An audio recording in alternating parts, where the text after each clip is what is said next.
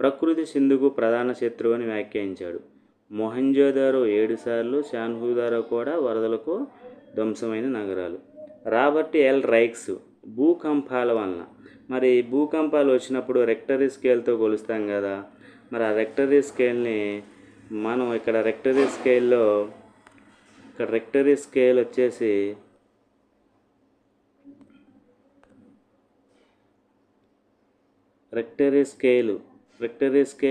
రెక్టరీలో రకారం ఇక్కడ Robert racks.